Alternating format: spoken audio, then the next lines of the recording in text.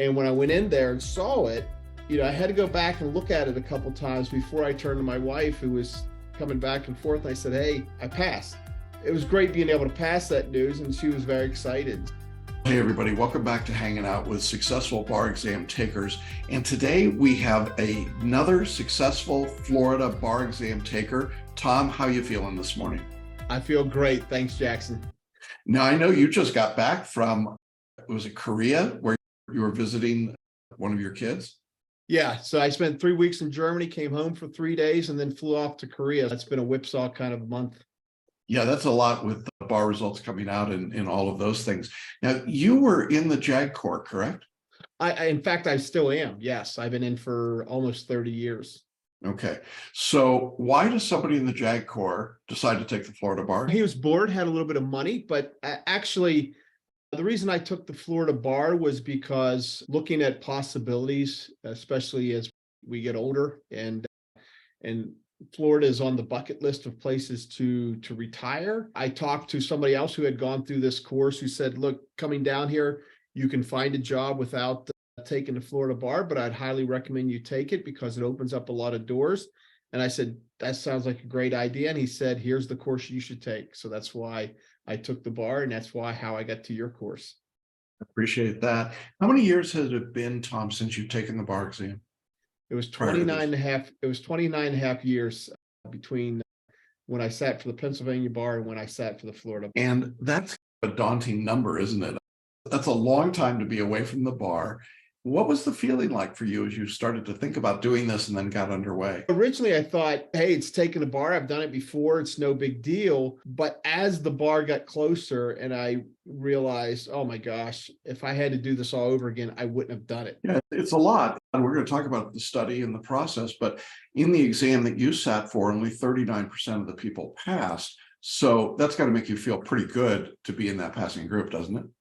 It does. I know they announced the first day we were there was over 1,800 people sitting for that exam. And I felt pretty confident. I felt really good the first day, and I felt really good. After both mornings, I felt really great. But of course, you walk out there not knowing how you did. But yeah, I didn't feel stressed at any time during the exam. That's good.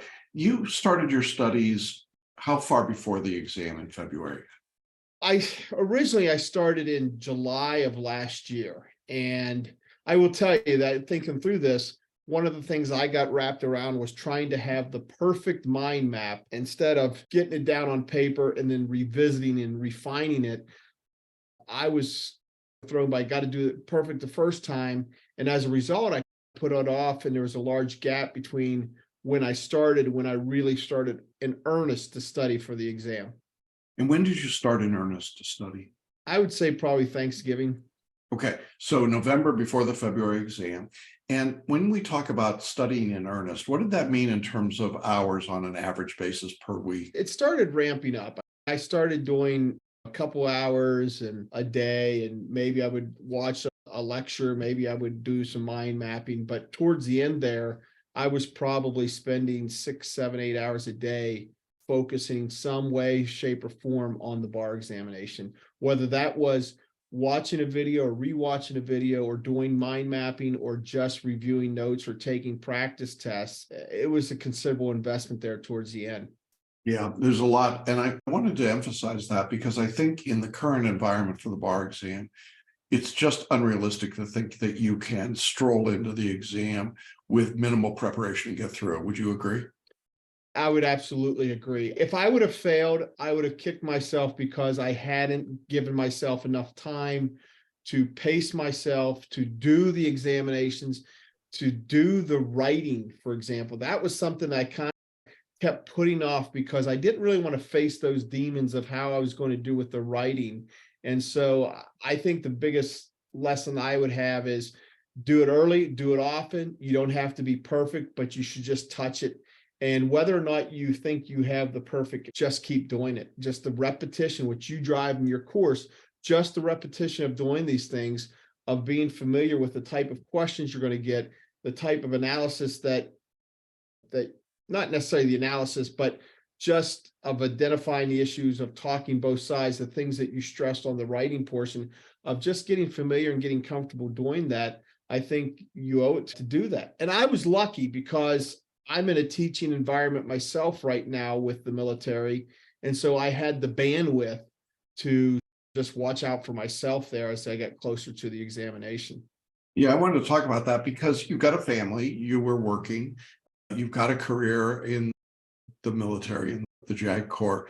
It's a lot to balance with the bar study. It is. And I tell people it was easier to take it at 24 than it was at 54. Yeah, there's no doubt about it. What was this process like for your family? Especially towards the end, they knew that I was just in the bunker. It was, they would see me at breakfast and dinner, but the rest of the time I was just in here with you, spending all my time with you. They're getting jealous of you, but I was just in the mode. And of course I had to travel down there. So that meant a few days away. And they just gave me the room to just be in here with you. And I think it's a big deal because if you're getting support from your family, it's easier certainly to do what you had to do. And then if they were like grousing and complaining and angry at you all the time. Yeah, absolutely. And my wife is one that really wants to get to Florida. Happy wife, happy life. And she was really very good about giving me the bandwidth to make or break it myself. Yeah. So when results came out, when they were posted, were you in the US or were you actually No, you were abroad? I was in Korea, which is 13 hours ahead of East Coast. And I actually got back from we went out and saw a professional Korean baseball game. And so I got back to the hotel. And of course, I'm still not on Korean time at that point, and saw the email from the Florida bar saying, hey, the results have been released. And just remember going up to the hotel and saying, here it is, one way or the other, and pulling them up. Yeah. And what was that feeling like? And what was it like for your wife and your family when they found out about you? It was pretty amazing. It was either I passed or I didn't, but you're hoping that you did, but you're also trying to be realistic of, hey, you just might not have passed.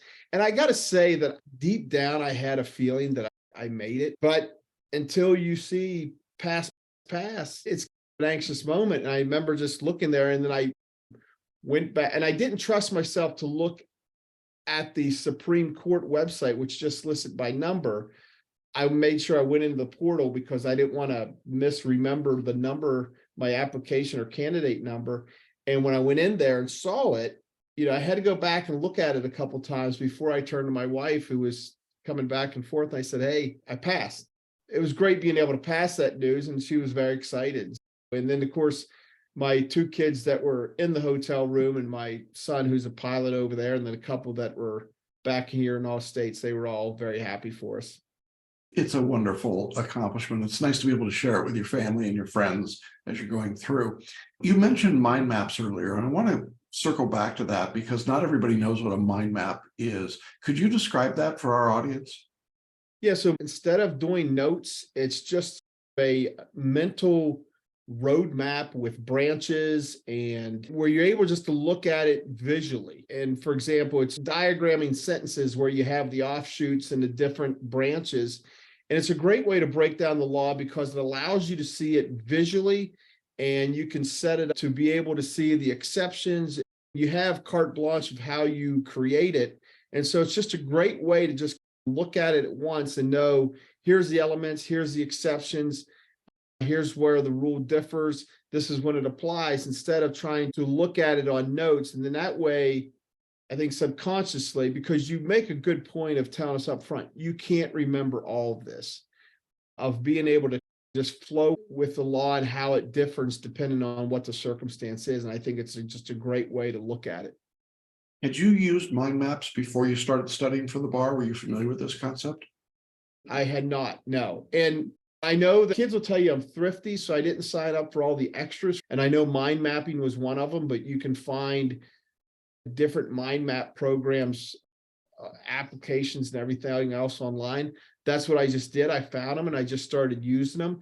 Fortunately, you can buy binders and page protectors for 8.5 by 14 paper on Amazon. And I had two of those monsters, one for Florida, one for the multi-state, and just keep looking at them and keep refining them, because the more times you write it and the more times you touch it, the better ingrained it becomes. Yeah, so the repetition really is part of this. It's the reading, it's the lectures, the question practice, but then putting it into your mind map and developing that mind map over time really becomes this sort of living, breathing, organic document, doesn't it? Yeah, it is. And actually, funny thing was, I had a classmate from the Naval Justice School, someone I entered the Navy with 30 years ago. He was also studying for the Florida bar. He went through some commercial prep course and he started late. And one day we decided to get together and study. And he had notes and he had his books, and I just had my mind maps. And he ended up a week before the exam backing out, which made me feel alone. But at that point, I was in it, and I said, I need to take it now, because retirement ceremony, I think, is just a couple days after the next exam. And I just said, I can't put it off. I just felt it was like, now's the time to go. Yeah, and you passed, and that's the whole point. And it feels like such a great relief, doesn't it, when you get to that spot? Absolutely does. All I got to do is take the multi-professional responsibility exam now, and I'm able to get sworn in. Ready to go. We're very proud of you. I think it's a very big accomplishment after this many years with all of the responsibilities that you had to step back in. What advice would you give someone who is perhaps considering coming back, taking the exam? They've been away for a couple of decades or more. I would say, look, get in early. Don't find the excuses to put it off. Listen to the lectures. Go back and listen to them. Give yourself time. You don't have to nail everything right it all up front. I would say listen to them, make your mind mapping, and then go back and allow yourself to do that. One of the things that I've learned from my kids is in rewatching lectures on YouTube is to be able to adjust the speed. So when you see a 3-hour lecture, you don't necessarily have to do 3 hours. If you've already watched it, you can put it on 1.5 or 2 times speed and then slow it down and go over what you need to. So I tell people to start early. I'd say keep touching it and really try to get through all the exercises, all the writing and all the test questions, because just the familiarity brings comfort. And I would tell you the one thing that I would not recommend doing the second night, going into the second day of trying to study. I actually tried to do some questions and I realized I was tired and I was missing them. And instead of building confidence, it was robbing confidence. So you really need to invest all that time before the examination to get yourself to that degree where you're ready to roll. And I tell you, I didn't realize it was 30% for this exam. Yeah, the numbers are daunting and they're significant. So it takes a lot of work to get there. I think you're a great example, Tom, of somebody that just dedicated themselves to the work, knew what they had to do, and you used our least expensive course. So it's not like, I mean, you were thrifty and frugal, and that's good. And you passed. And sometimes people ask me, could you pass with just the basic course? The answer is yes, absolutely. Absolutely. Absolutely. But it's on you. It's on you as the test taker to put the time in to do it. And I think the Celebration Bar Review course is all you need. I know there's a lot of other programs out there, but I found it was all I needed to get. Thanks. I appreciate that. Any other final comments? Your opening question is you can't just stroll in and take the exam. Thinking back in between 30 years, when I did this the first time, I had just spent 3 years going through law school.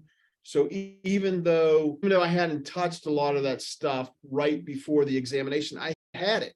I had actually had Murray on contracts. Murray was my contracts professor.